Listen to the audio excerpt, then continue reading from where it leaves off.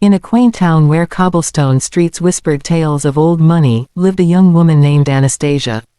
Her emerald eyes held secrets she barely dared to recall, and her auburn hair, tied in a simple braid, framed a face weathered by hardship. Orphaned at 10 after her father, a once renowned industrialist, perished in a mysterious accident, Anastasia was left with nothing but memories of grandeur. Her mother, broken by grief, followed soon after, leaving her in the care of distant relatives who squandered her inheritance in legal battles.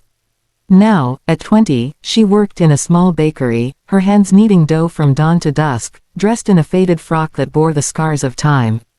Yet, within her burned a quiet strength, a flicker of the opulent life she once knew. Dmitry Volkov was her opposite. Tall, with sharp features and storm-gray eyes, he was the son of a wealthy tycoon who owned half the town's factories. Dmitry thrived on power, his tailored suits and polished shoes a testament to his disdain for anything less than perfection. To him, poverty was a sin, and those who bore its mark were beneath him. He frequented the town's elite gatherings at the Golden Lion Salon, where champagne flowed and egos clashed. It was there, on a crisp autumn evening, that fate brought him face to face with Anastasia. She had come to deliver fresh bread from the bakery, her presence unnoticed until she stepped into the opulent hall. Clad in her worn dress, she carried a tray of rolls, her cheeks flushed with embarrassment. The guests, draped in velvet and pearls, glanced at her with disdain. Dmitry, lounging at the head table, caught sight of her and sneered. "Who let this servant in?" he called out, his voice dripping with mockery as he raised his glass. "Does she think she belongs here, dressed like a beggar?" The room erupted in laughter, sharp and cruel. Anastasia's hands trembled, gripping the tray until her knuckles whitened. She met his gaze, her eyes steady despite the sting of his words. "I'm just delivering bread, sir," she whispered, lowering her head. "Bread." Dmitry stood, striding toward her with a predator's grace. "You look like you crawled out of a flour sack. Get out before you ruin our evening with your rags." The words cut deep, but Anastasia refused to cry. Not here, not in front of them. She set the tray down and left, the door closing behind her with a soft thud that echoed like a gunshot in her heart. Dmitry, intrigued by her quiet dignity despite his cruelty, began to notice her everywhere, in the bakery, at the market, by the river. He taunted her relentlessly, tossing barbs like, "Princess of the poorhouse." As he passed by in his sleek carriage, Anastasia endured, her spirit unbroken. She knew poverty was a test, not a curse. Yet, each insult planted a seed of doubt. "Am I truly nothing?" she wondered, staring at the cracked ceiling of her tiny room. One stormy night, Dmitry, emboldened by whiskey after a failed business deal, stormed into the bakery. Anastasia was scrubbing the counters, her dress damp from the rain. He grabbed her wrist, his breath heavy with liquor. "Why don't you leave this town?" he slurred. "No one wants a nobody like you here." She wrenched free, her eyes blazing. "And you, Dmitry Volkov, are you so grand? A king who tramples the weak."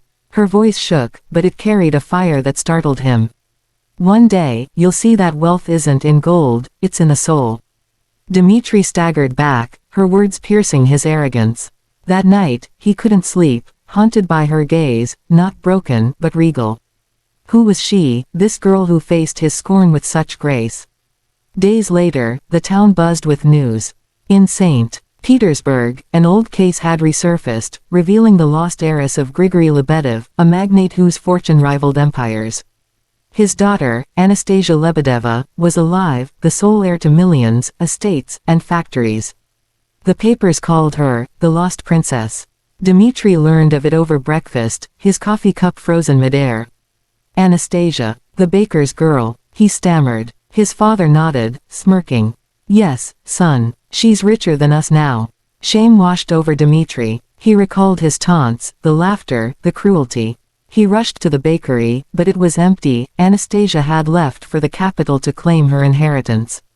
Guilt gnawed at him. He wrote letters, pleading for forgiveness. "I was blind, Anastasia. Your strength was always there. Let me make amends." But no reply came. Weeks later, a grand ball was held in St. Petersburg to honor the Lebedev heiress. The palace glittered with chandeliers, and Anastasia entered in a gown of midnight blue, her hair cascading like a queen's. She danced, but her heart ached, scarred by past humiliations. Dmitri, disguised in a mask, slipped into the ball. When he saw her, his breath caught. As the waltz ended, he approached, removing his mask. "Anastasia," he began, his voice breaking.